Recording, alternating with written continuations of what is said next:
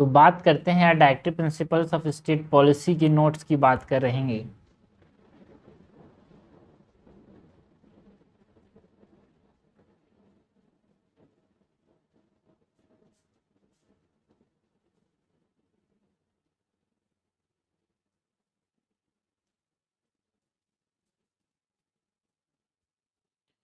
Okay, तो ये directive principles of जो स्टेट पॉलिसी है, इसको एक तरीके से हम यहाँ पे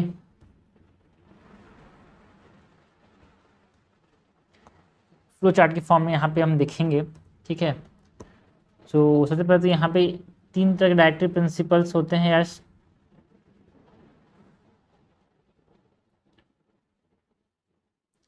एक हमारे पास सोशलिस्ट प्रिंसिपल्स हैं, कुछ गांधीयन प्रिंसिपल्स हैं, कुछ लिबरल इंटेलेक्चुअल प्रिंसिपल्स हैं।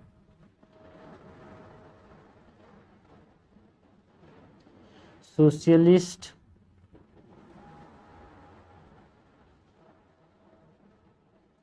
गांधीयन, लिबरल,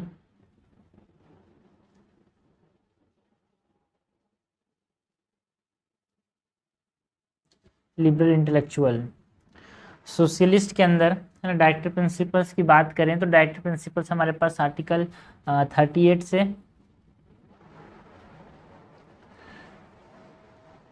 51 तक है भाई।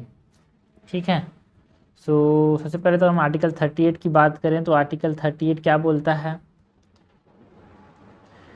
Article 38 talks about what? It talks about welfare of the people.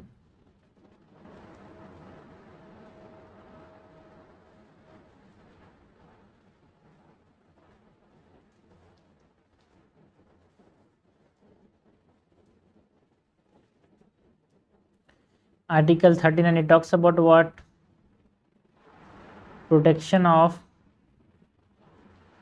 livelihood,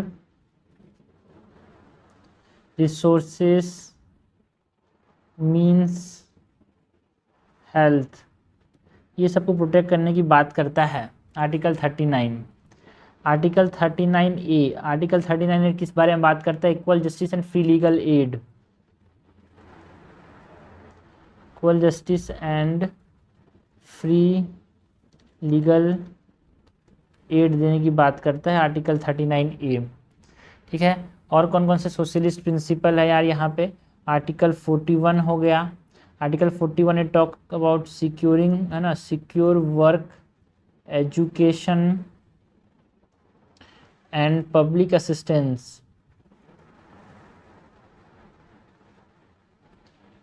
article 42 किसके बारे में बात करता है? Just and human work condition के बारे में।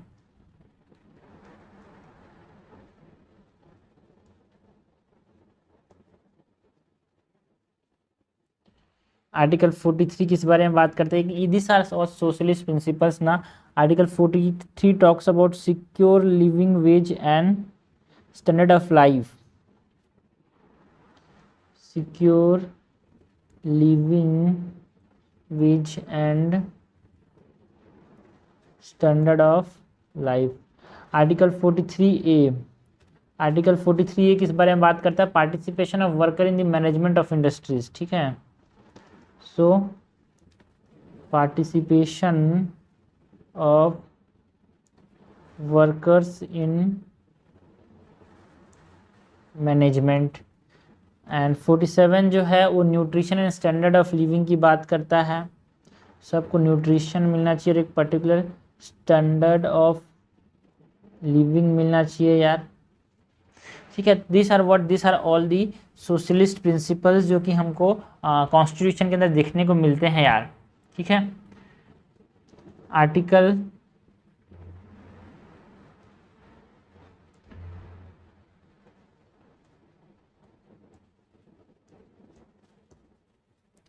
38, 39, 39 ए की बात की, 41, 42, 43, 43 ए, 47, ये सब क्या है?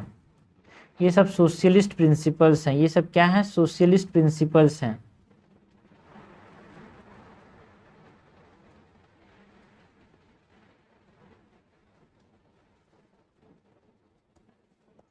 नाउ इसके बाद हम बात करते हैं गांधीयन प्रिंसिपल्स की। गांधीयन प्रिंसिपल्स कौन कौन से हैं यार? आर्टिकल 40, आर्टिकल 40 किस बारे में बात करता है? विलेज पंचायत के बारे में। तो ये गांधीयन प्रिंसिपल है, to set up village panchayat. Article 43 ये किसके बारे में बात करता है? टू प्रमोट कॉटेज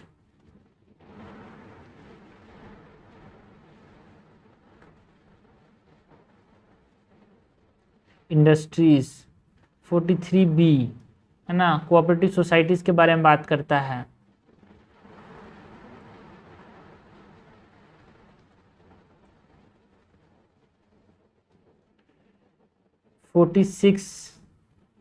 आर्टिकल 46 किस बारे में बात करता है? Empowerment of SCs, STs and other weaker sections. Empowerment of SCs, STs and other weaker sections. Article 47 किस बारे में बात करता है यार? Prohibiting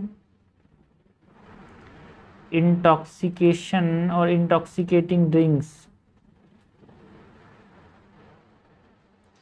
and drugs. आर्टिकल 48 किस बारे में बात करता है? Prohibition of cow slaughter and other milch. Prohibition of cow slaughter and other milch. ये सब क्या है? This are all Gandhian principles यार। Article 40, 43, 43B, 46, 47 and 48, these are what Gandhian principles.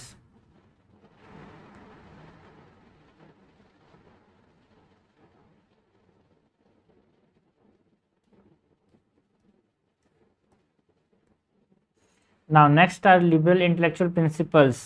ठीक है, तो यहाँ पे आर्टिकल कौन कौन से हैं? आर्टिकल 44।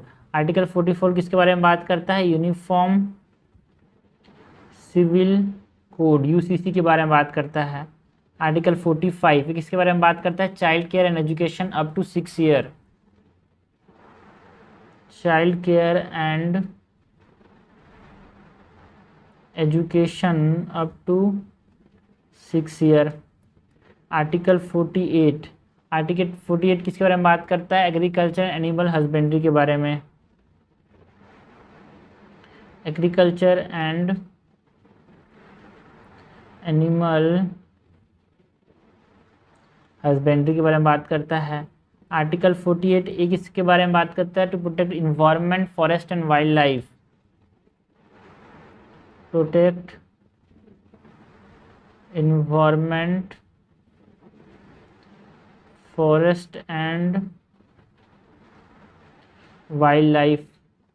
आर्टिकल 49 किसके बारे में बात करता है? Protection of monuments.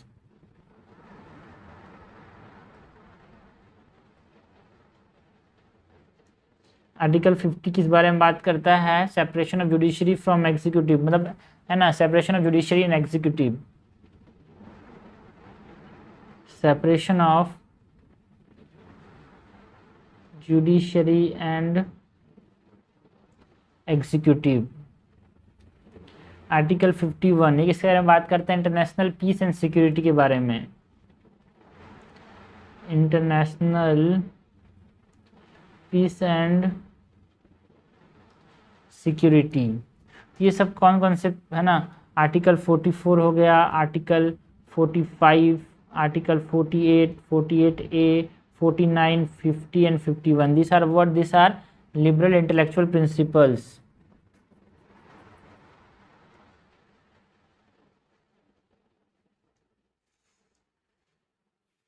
के बाद अगर हम बात करें directive principles of state policy में, हमने socialist Gandhian liberal intellectual principles की बात कर ली।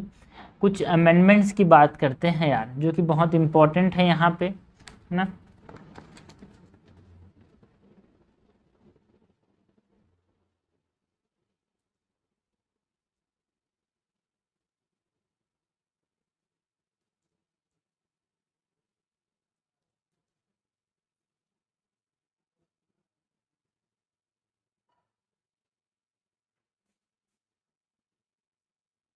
ओके,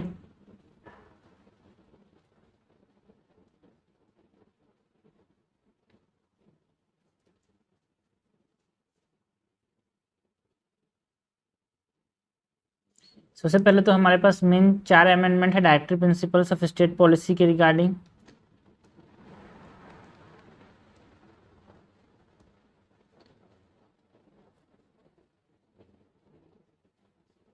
पहला जो है वो है 42nd कॉन्स्टिट्यूशनल अमेंडमेंट एक्ट, एक है 44th कॉन्स्टिट्यूशनल अमेंडमेंट एक्ट, एक है 86th कॉन्स्टिट्यूशनल अमेंडमेंट एक्ट और एक है 97th कॉन्स्टिट्यूशनल अमेंडमेंट एक्ट। कौन कौन से कॉन्स्टिट्यूशनल अमेंडमेंट से क्या क्या हुआ हम देखते हैं। तो 42nd कॉन्स्टिट्यूशनल अमेंडमेंट से क्या हुआ भाई,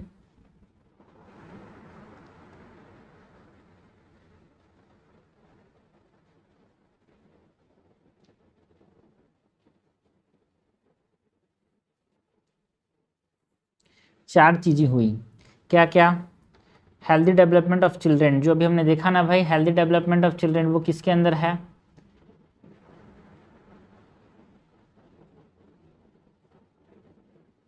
जो आप हेल्दी डेवलपमेंट ऑफ चिल्ड्रन मतलब किस प्रिंसिपल्स में आ रहा है, सोशल प्रिंसिपल्स में है। बिल्कुल, एक सोशलिस्ट प्रिंसिपल है वो ऐड हुआ यार।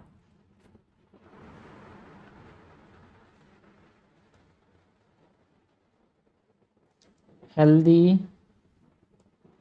Development of children, equal justice and free legal aid add हुआ। Equal justice and free legal aid मतलब आर्टिकल 39A ना, हेल्थ वाला जो चीज़ है जो कि चिल्ड्रंस का हेल्थ, ये ऐड हुआ यहाँ पे, है ना, ये हेल्थ वाला चीज़ है ना। 42nd कॉन्स्टिट्यूशनल अमेंडमेंट एक्ट से health of children and free equal justice, free मतलब equal justice and free legal aid ये ऐड हुआ। हेल्थ वाला चीज़ फॉर चिल्ड्रंस ये ऐड हुआ। And equal justice and free legal aid, इसके साथ साथ participation of worker in the management, participation of worker in the management, ये कौन कौन सा प्रिंसिपल है भाई, ये भी एक हमारे पास सोशलिस्ट प्रिंसिपल है 39A, ये ऐड हुआ 42nd कॉन्स्टिट्यूशनल अमेंडमेंट से।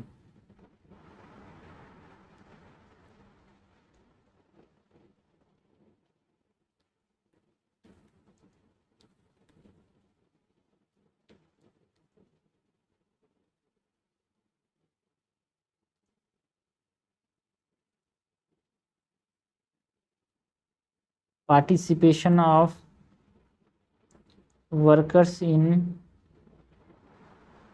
मैनेजमेंट, इसके साथ साथ चौथा जो चीज़ ऐड हुआ वो क्या है भाई, protect environment forest and wild life, protect environment forest and wild life, ये जो प्रोविज़न है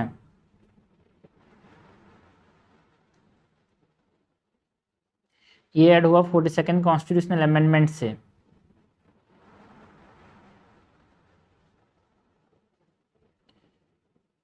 है ना, ये जो protect environment forest and wild life ये है एक लिबरल इंटेलेक्चुअल प्रिंसिपल्स है 48, ये ऐड हुआ 42nd कॉन्स्टिट्यूशनल अमेंडमेंट से, जो कि कब हुआ था 1966 में।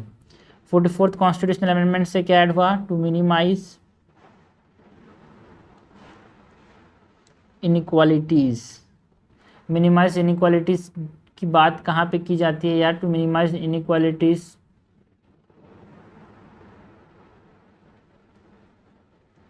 तो यहाँ पे पहले तो एक याद रखना भाई, जो डायरेक्टरी प्रिंसिपल्स हैं ये कहाँ से कहाँ तक हैं भाई, आर्टिकल 36 से लेके 51 तक फंडामेंटल राइट्स की बात करते हैं।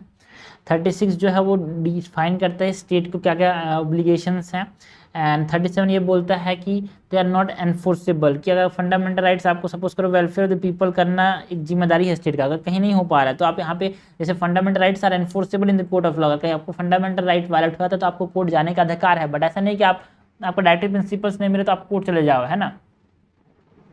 एंड 38 जो है वो वेलफेयर ऑफ पीपल की बात करता है ना, वेलफेयर ऑफ पीपल वही है ना, welfare of people means to minimize inequalities, 44th constitutional amendment से ये आया।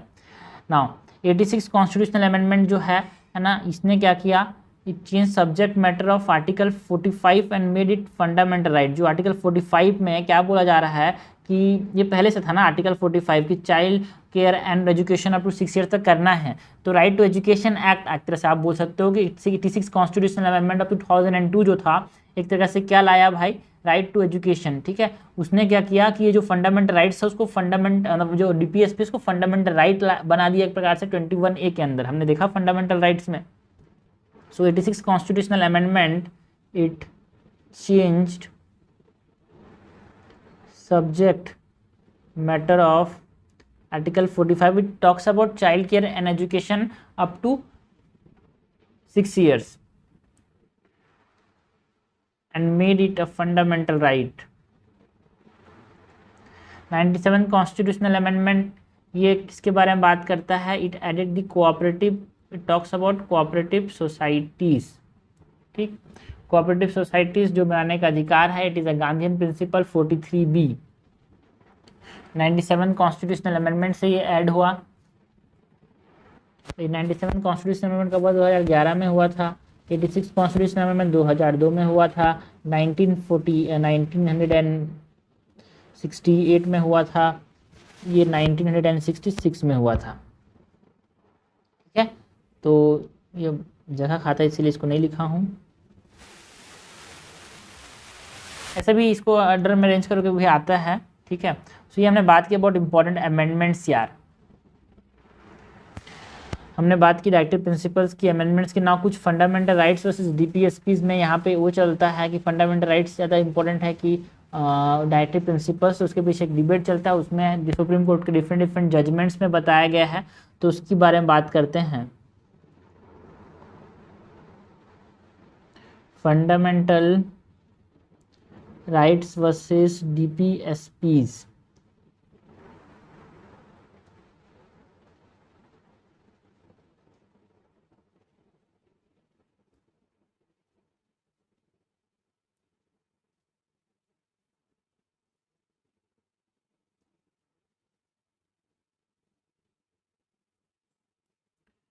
तो सबसे पहले तो यहाँ पे हम बात करेंगे चंपाकम दोराई राजन केस की।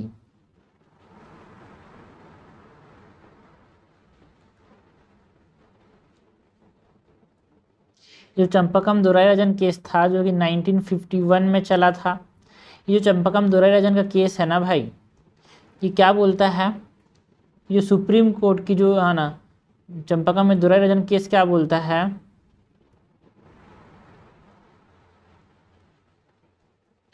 ये बोलता है कि जो फंडामेंटल राइट्स हैं ये बड़े होते हैं डीपीएसपी से, and fundamental rights can be amended. ठीक, उसके बाद गोलकनाथ,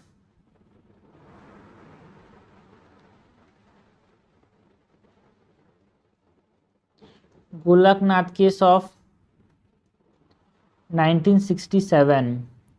ये गोलकनाथ केस में क्या बोला कि fundamental rights can not be amended to implement DPSP. ठीक है, तो ये केस ओरिजिनेट किस प्रकार से होगा कि जमीन का जो अधिकार था वो फंडामेंटल राइट्स में भी था, जमीन रखने का, और हमको अगर वेलफेयर करना है पीपल को तो जमीन को डिस्ट्रीब्यूट करना पड़ेगा। तो पहला केस में ये हुआ कि फंडामेंटल राइट्स बड़े हैं, फंडामेंटल राइट्स बड़े हैं तो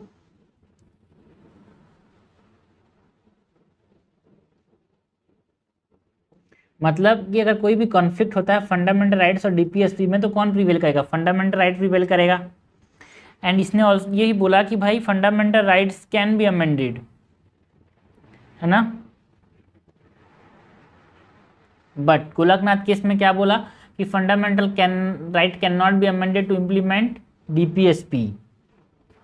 ठीक, उसके बाद जो 24th and 25th constitutional amendment हुआ, इसने क्या बोला कि फंडामेंटल राइट्स, फर्स्ट ने क्या बोला कि fundamental rights can B amendment, second जो मतलब जो गोलकनाथ केस है इसने क्या बोला कि fundamental rights can not B amendment. तो 24th अमेंडमेंट किया गया और उसमें क्या बोला गया कि फंडामेंटल 24th कॉन्स्टिट्यूशनल अमेंडमेंट करके ये बता दिया गया, एक ये ऐसा कर दिया गया कि fundamental rights can be amended.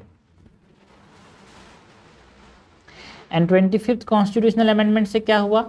25th constitutional amendment से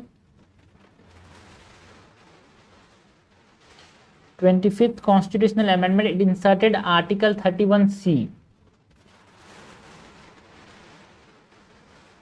It inserted Article 31C, Article 39B, Article 39C ये बड़े हैं आर्टिकल 14 एंड आर्टिकल 19 से। मतलब आर्टिकल 14 जो है इक्वालिटी की बात करते हैं, 19 means to have property, freedom to have property. ये इससे 39B बड़ा है। 39B अभी हमने देखा, 39B बात करता है किसके बारे में, है ना, एक तरह से ये वेलफेयर स्टेट है ना, equal justice and free legal add, ठीक है।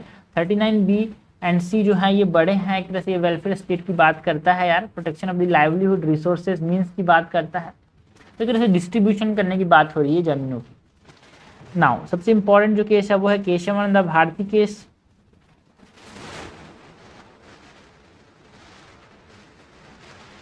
तो केशवानंद भारती केस 1973 में हुआ था, है ना, और यहाँ पे सुप्रीम कोर्ट ने क्या बोला कि it upheld 31C, article 39B, C ये बड़े हैं कंपेयर टू आर्टिकल 14 एंड 19, ठीक। 42nd कॉन्स्टिट्यूशनल अमेंडमेंट एक्ट आया, कब आया भाई? 42nd 1966 में। इसने बोला कि all DPSPs are more important और अमेंडेड एक तरह से देन आर्टिकल 14, 19 एंड 31। फिर मिनर्वा मिल केस आया 1980 का,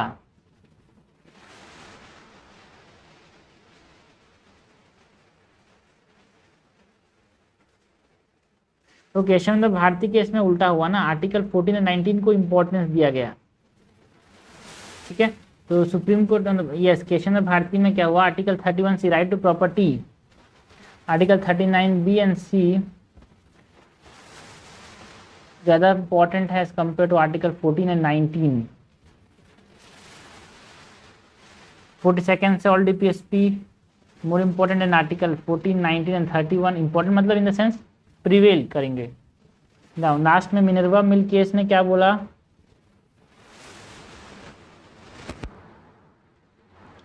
नाइनटीन 1980 का, इसने back to the same Kesavananda Bharati 31C, article 39B,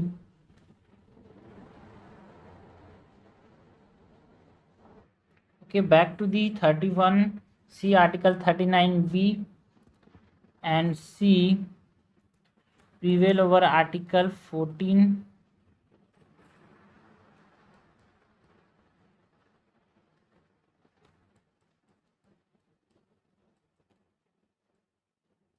and 19, ठीक है। तो ये पूरा इवोल्यूशन है भाई हमारे पास फंडामेंटल राइट्स DPSP का,